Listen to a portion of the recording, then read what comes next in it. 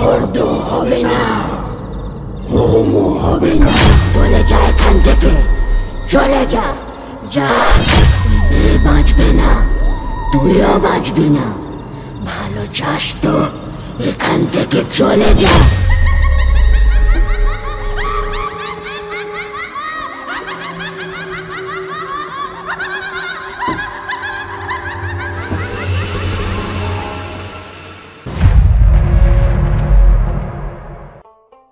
নমস্কার, গল্প পালঙ্কে আজ শুনবেন বিরজা হোম ও তার বাধা।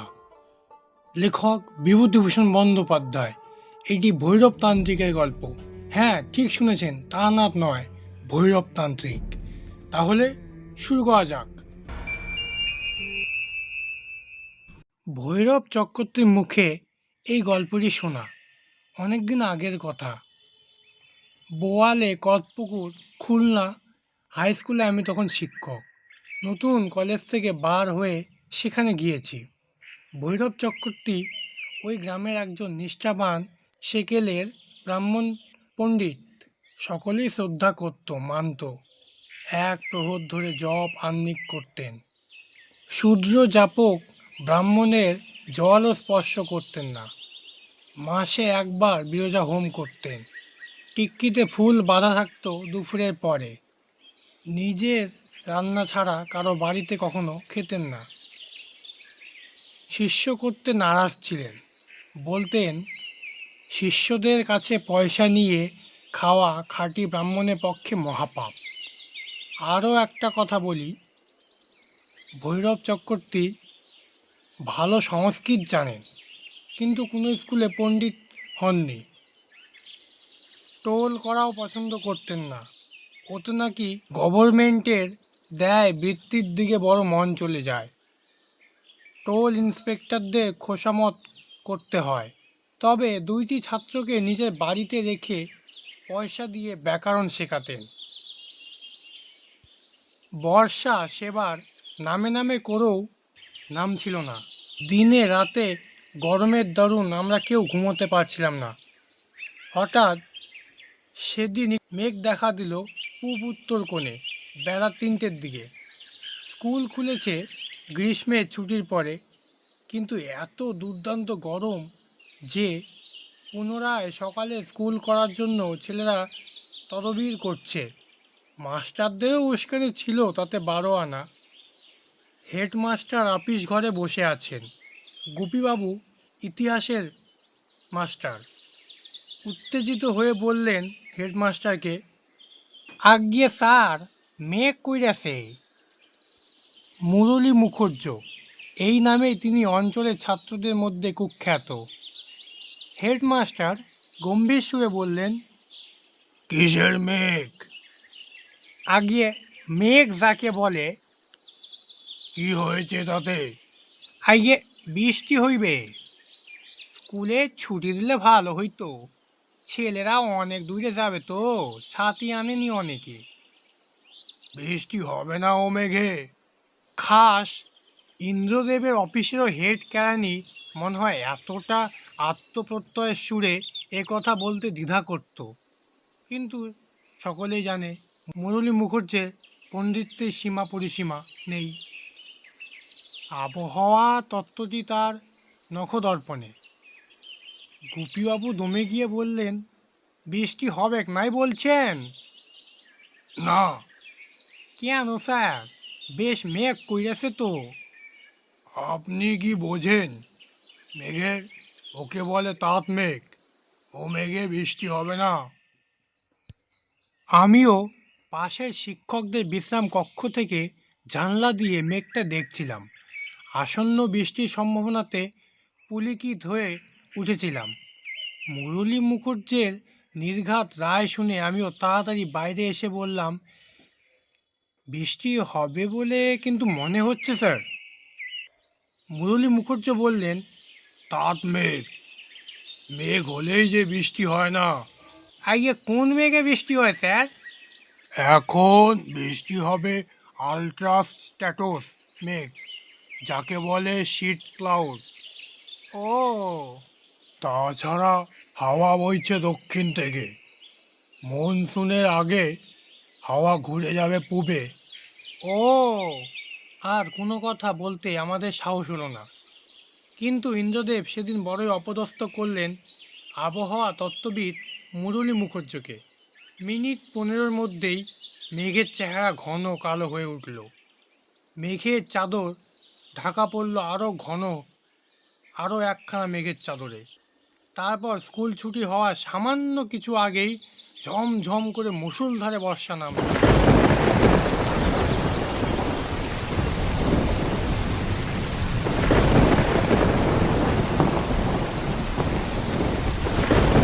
পুরো 2 ঘন্টা ধরে খাল, বিল, নালা, ডোবা ভাসিয়ে রাম বৃষ্টি হওয়ার পরেই বেলা 4:30টার সময় আকাশ একটু ধরে এলো। ছেলেরা তখনও পর্যন্ত স্কুলে আটকে ছিল। কোথায় আর যাবে? সবাই আমরা আটকে পড়েছিলাম। গোপীবাবু জয় গর্বে উৎফুল্ল হয়ে মুরলী মুখার্জীকে গিয়ে বললেন, দেখলেন স্যার, তখন বললাম আসবে বৃষ্টি, কিন্তু ছুটিটা দিলে আর এমন হতো না। মুরলীবাবু বললেন,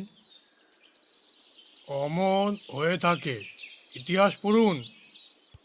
হায়ার ম্যাথমেটিক্স পড়লে বুঝতেন জগতে স্পেস অ্যান্ড টাইম নিয়ে অনেক কিছু আশ্চর্য ঘটনা ঘটে।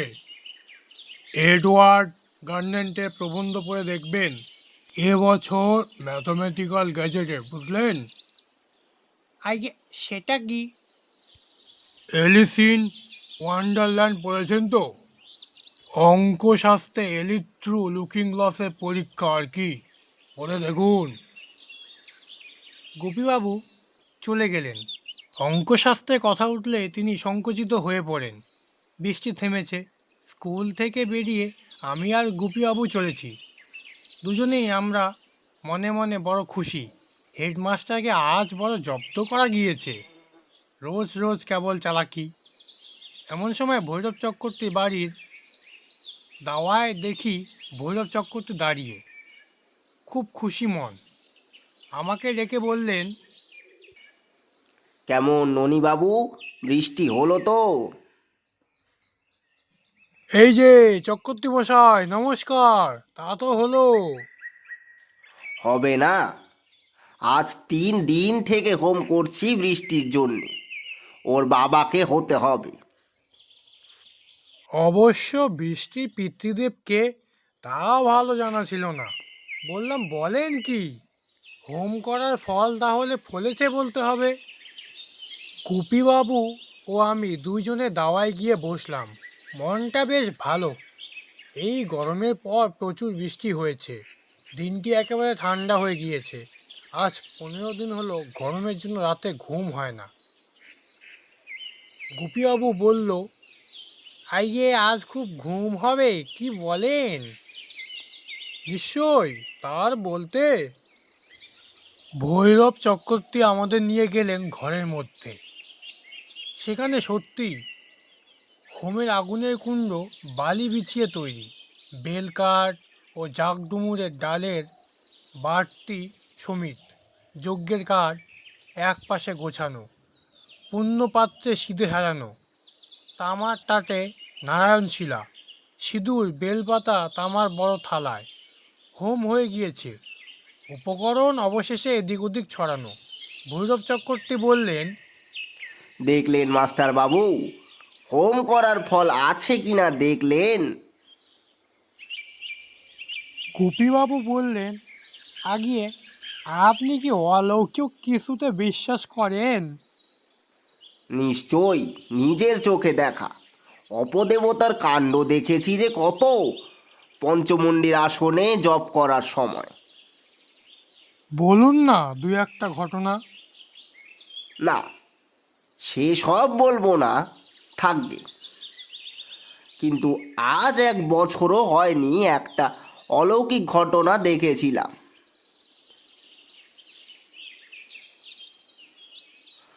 আমার এক যজমন বাড়ি, সেইটাই বলি। একটু চা করতে বলি?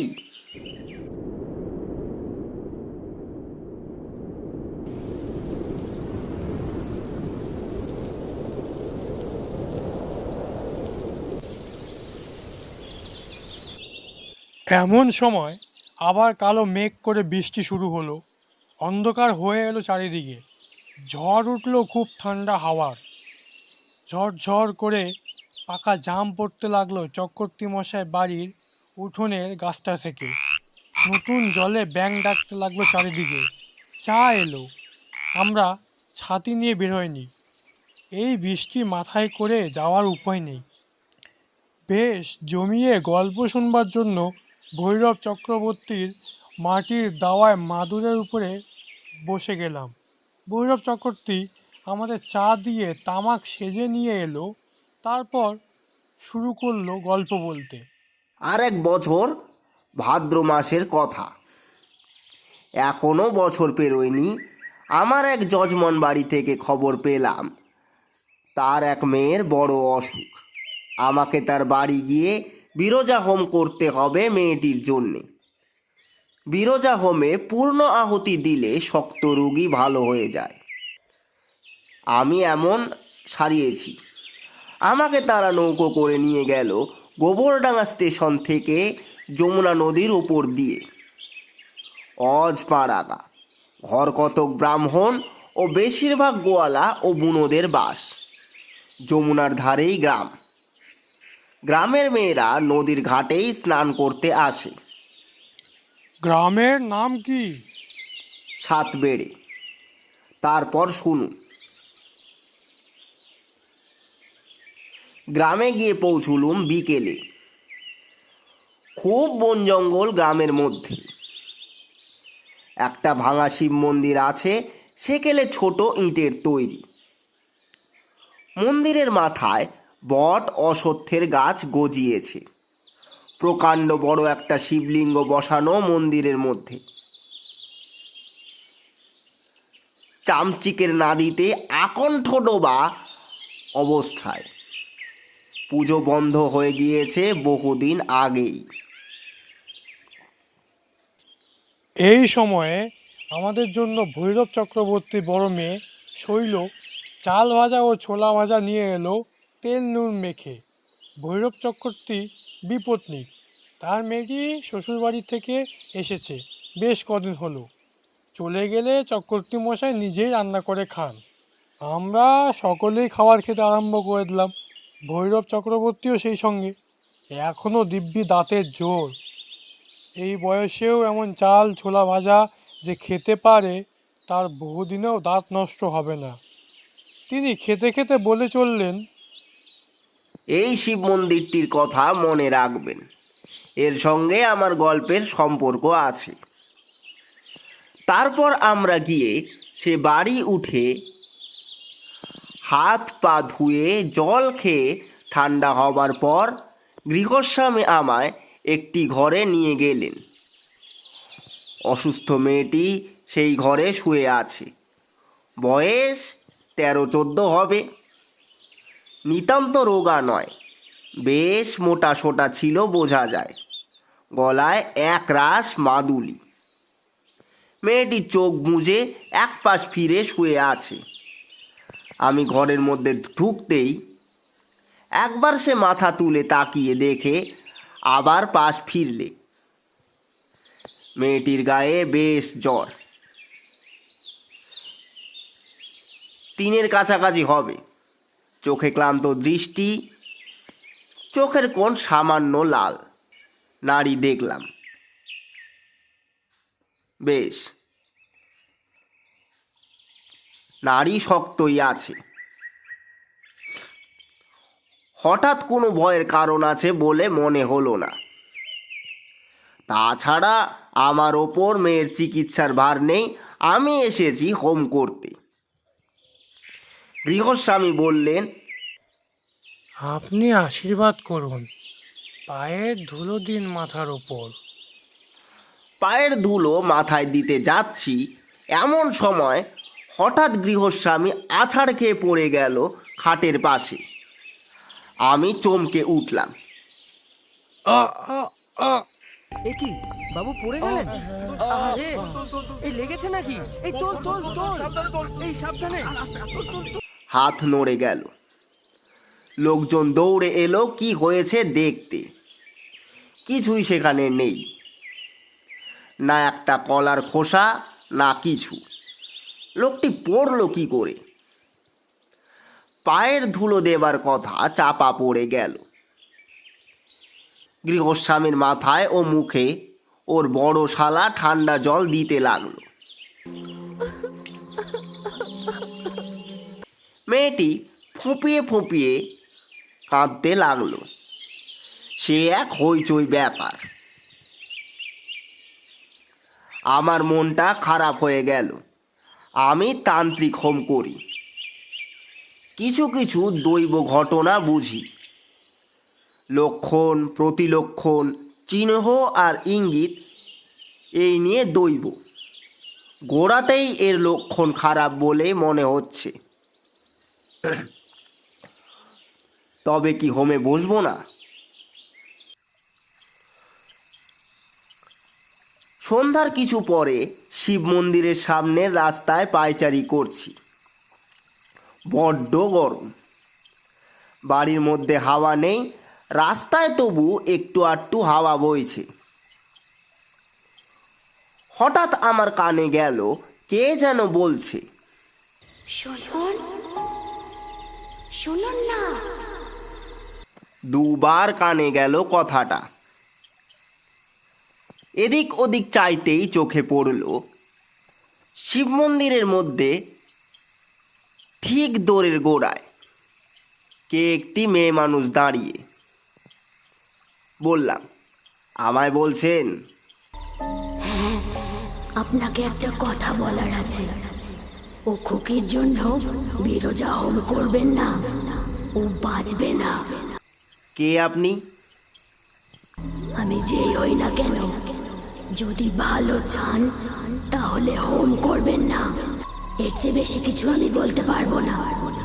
শুধু সাবধান করে দিলাম, আপনি এখান থেকে চলে যান। আমি বিস্মিত হলাম। নির্জন অন্ধকার ভাঙা মন্দির, সেখানে এখন মেয়ে মানুষ আসবে কে? এমন আশ্চর্য কথাই বা বলে কেন? আমার খানিকটা রাগও হলো। আমার ইচ্ছার ওপর বাধা দেয় এমন লোক কে? মানুষ তো দূরের কথা, অপদেবতাকেও কখনো গ্রাহ্য করিনি। মায়ের আশীর্বাদে সবই সম্ভব হয়।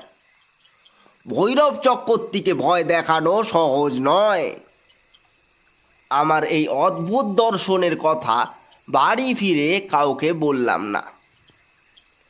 রাতে বসে হোমের জিনিসপত্র ফর্দ করে দিলাম। তারপর রাত 8টা বাজল। গৃহস্বামী আমাকে রান্না বান্না করতে বললেন। এইবারও আমার গল্পের আসল অংশে আসব। তার আগে ওদের বাড়িটার সম্বন্ধে কিছু বলা দরকার। বাড়িটা খুব পুরনো কোঠা বাড়ি, কোনো ছিরি সৌষ্ঠব নেই, কিন্তু দোতলা। পল্লী গ্রামে দোতলা বাড়ি বড় একটা দেখা যায় না। যমুনা নদীর ধারে ঠিক নয় বাড়িটা, সামান্য দূরে। মধ্যে কেবলমাত্র একখানা বাড়ি। এই বাড়ির ছাদ আর ওই বাড়ির ছাদের মতো 10-12 ফুট চওড়া এক ফালি জমির ব্যবধান। ছাদের ওপর একখানা মাত্র ঘর। সেই ঘরে আমার বিছানা পাতা হয়েছে। পাশে খোলা ছাদে তোলা উনুনে রান্নার ব্যবস্থা করা হয়েছে। সোনা মুগের ডাল, আতপ চাল, বড়ি, আলু আর ঘি। আমি একাই রাঁধছি। রান্নার সময় কাছে কেউ থাকে আমি পছন্দ করিনি। রান্নার আগে একবার চা করে খেলাম, পরের তৈরি চা খেয়ে তৃপ্তি পাইনি। রান্না করতে রাত হয়ে গেল। রাত সম্পূর্ণ অন্ধকার। একটু জিরিয়ে তামাক খেয়ে নিয়ে ভাত বেড়ে নিলাম। হাঁড়ি থেকে আঙ্গট কলার পাতে। তারপর খেতে বসবার সঙ্গে সঙ্গেই মনে হলো ছাদে আমি একা নই। এদিক ওদিক চাইলাম, কেউ কোথাও নেই। রাত বেশি হয়েছে, বাড়ির লোকও নিচের তলায় খেয়ে দিয়ে শুয়েছে। গ্রামও নিশুতি হয়ে গিয়েছে। কেবল যমুনা নদীতে ছেলেদের আলোয় মাছ ধরার ঠুক ঠুক শব্দ হচ্ছিল। হঠাৎ খেতে খেতে মুখ তুলে চাইলাম।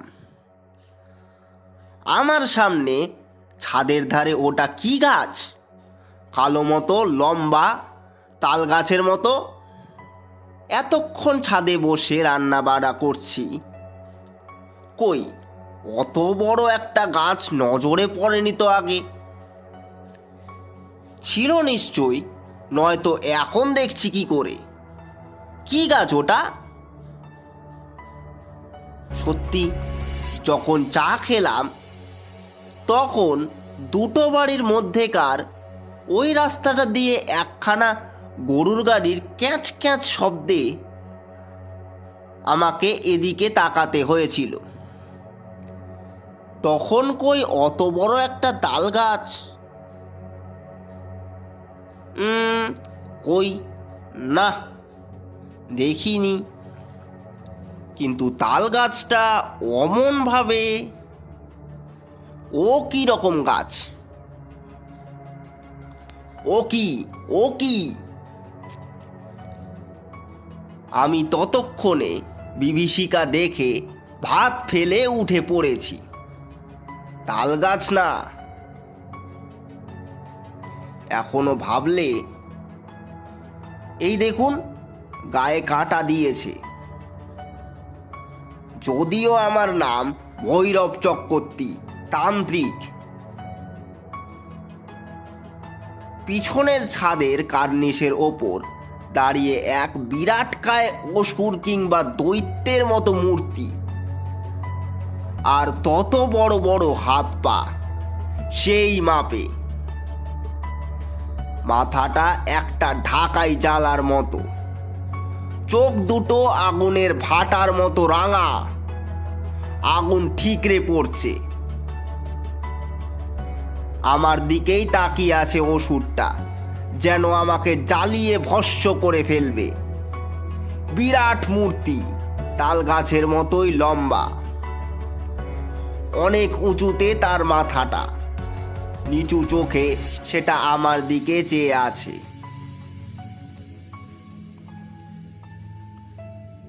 ভালো করে চেয়ে চেয়ে দেখলাম, দুবার চোখ রগড়ালাম। দুবার চা খেয়েছি বলে এমন হলো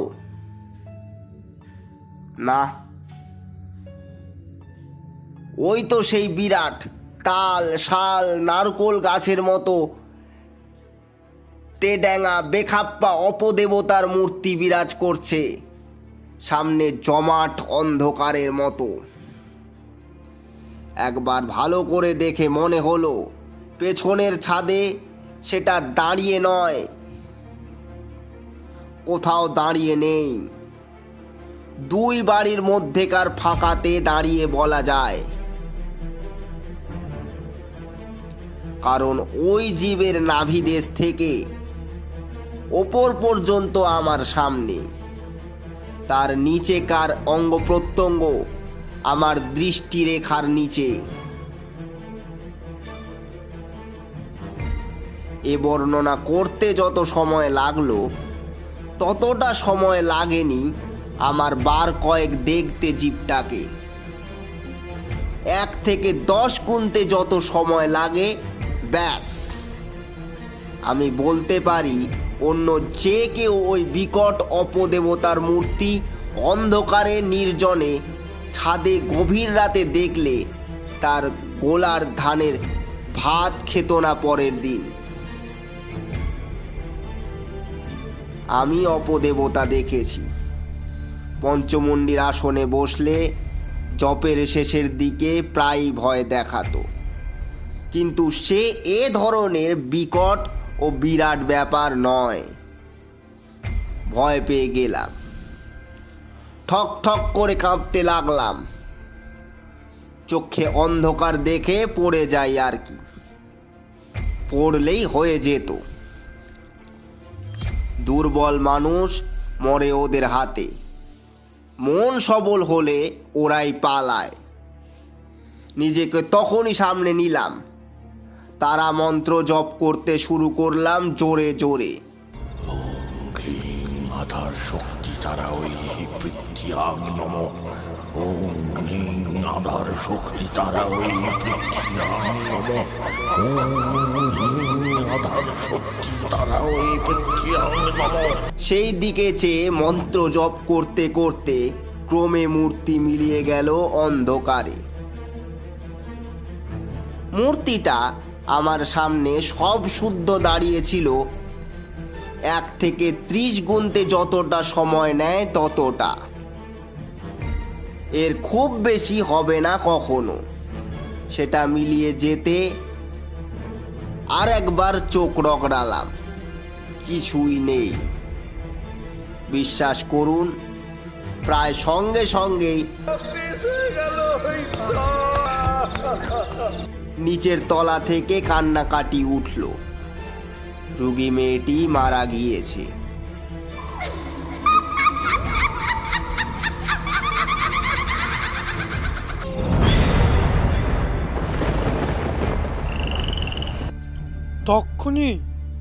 তক্ষুনি এ ব্যাপারের মধ্যে কোনো ব্যাখ্যা দিতে আমি রাজি নই। যা ঘটেছিল অবিকল তাই নিবেদন করলাম আপনার কাছে। বিশ্বাস করুন বা না করুন।